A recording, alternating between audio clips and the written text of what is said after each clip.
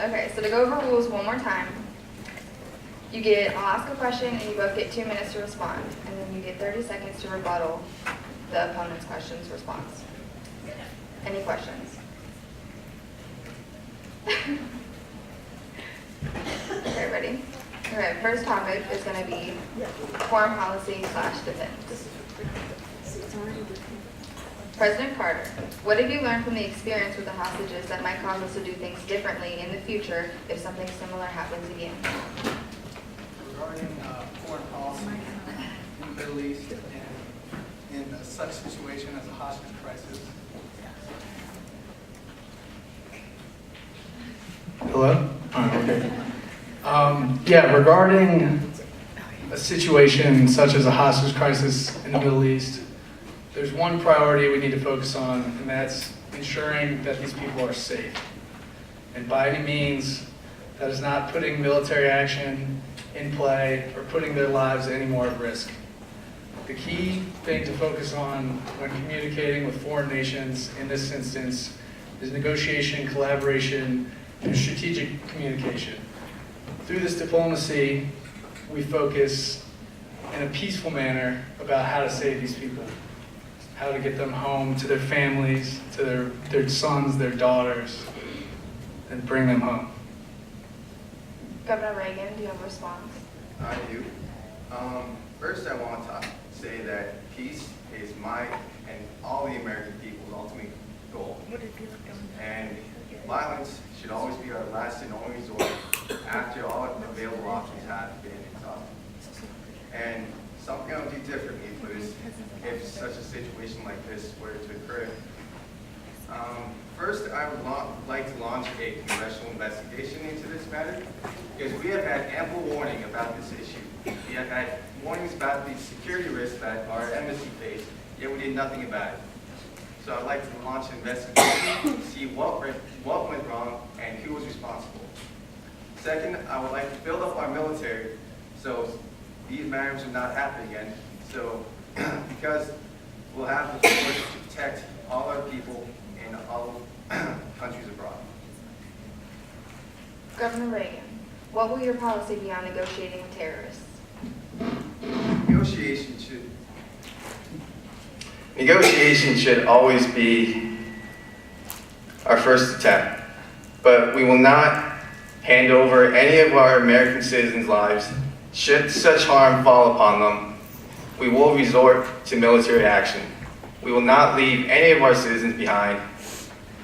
And if a situation like Iran happens again, we will try to negotiate first, should they want money or any political members that they despise want back.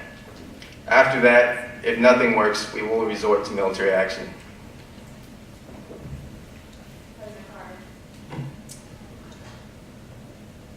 Regarding my opponent's viewpoint on using military action, I believe that we cannot be too hasty to use military action right off the bat, because that only puts more lives at risk. I always like to say that the best gun is the one that does not need to be fired, and the best soldier is the one that does not need to risk his life in the battlefield. Putting these American lives at risk when we could negotiate through terms is a ridiculous thing to do. By putting troops on the ground and increasing military force, these hostages are that much closer to dying.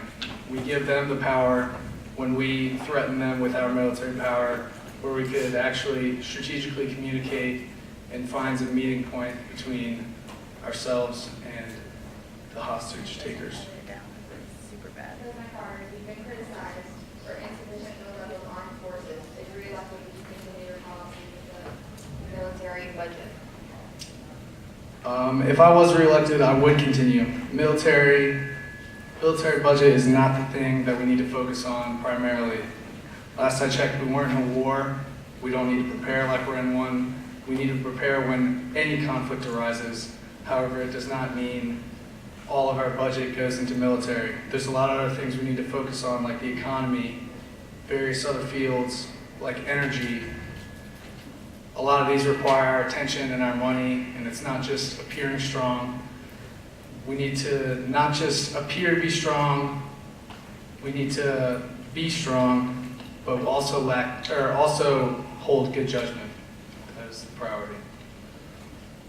President Reagan, do you have, or Governor Reagan, do you have a response?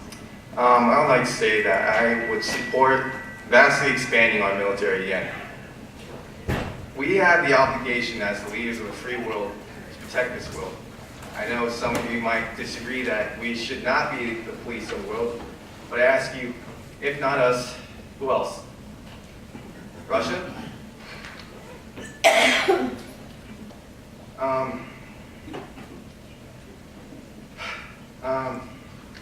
I'd say that we need to build up our military forces again, because when President Carter signed the SALT II treaty, that agreement was never honored by the Soviets, because 6 months after, the Soviets invaded Afghanistan, even with our warnings. They do not respect us. Governor Reagan, you're over your rebuttal time.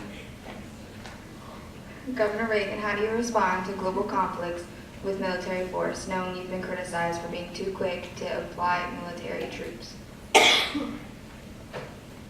For global conflicts, we, in cooperation with the rest of the free world, should decide first if negotiations are possible to prevent going into conflicts and to minimize the participation of American troops. So first, I'd like to strengthen NATO again so our allies are able to defend themselves better before we have to. President Carter, do you have a response? Regarding my opponent's last comments about the SALT II treaty, I would also like to say that I signed the SALT II treaty in accordance to protecting ourselves and preventing nuclear disaster, promoting peace, and also once the Soviet Union disregarded the treaty, I retaliated not with force, but through an economic standpoint. I cut off their grain sales, and we no longer have economic ties. Regarding to military force again, it's President obvious. Carter, you're over your rebuttal time. To reiterate, you have 30 seconds to respond to your opponent's answer. Gotcha. President Carter, now we move on to America's direction. We'll start with Carter. President Carter, if re-elected, what do you hope to continue as well as accomplish in your next term? With regards to what I want to continue being a peaceful nation above anything else. War is not the avenue that we need to pursue as a country, and we are not the police of the world. We need to worry about ourselves every once in a while. Disregarding foreign policy, I'd like to talk about economics a little bit. We need to change some things, and that's ensuring that the oil crisis never happens again. I'd like to raise the interest rates to control inflation and decrease imports and increase exports. We have had such a huge transition from the manufacturing industry to where 34% of our country was in the manufacturing business, and now we're at 9%. That's quite a big shift. We're no longer a heavy producer, but a heavy consumer. Regarding that, we need to pursue avenues in clean energy. And doing so, we would not only create clean energy and less dependence on oil, but we'd also create jobs. This promotion of jobs in clean renewable energy, along with jobs in small business, will help our economy and pull us out of the rut we're in. Just like in farming, there's lean years. We get hit with a heavy storm or a drought, but the American people remain resilient, and we will come through this. Governor Reagan, do you have a response? Thank you. I would just like to say the reason we are in this recession is because of price controls and regulations set up by President Carter and his predecessors. The reason jobs and oil prices are up, or jobs down, is because of government regulations. We as a nation are not energy poor. When, as a matter of fact, we're energy rich. We have vast amounts of oil and natural gases and coal within our nation. But it's government regulation that prevents us from mining it and burning it. If we get rid of these regulations, we can set up more industries that'll bring in a flow of jobs, and we now have the technology to produce cleaner burning systems, which will help prevent destroying the environment. Governor Reagan, if you were elected, what do you hope to accomplish in your presidency? First, what I hope to accomplish would be to reduce the size of the federal government and return the power back to the states.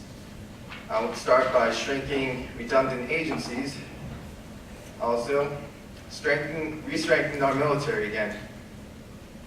Ever since our downsize from Vietnam, we have been a poorly strengthened country.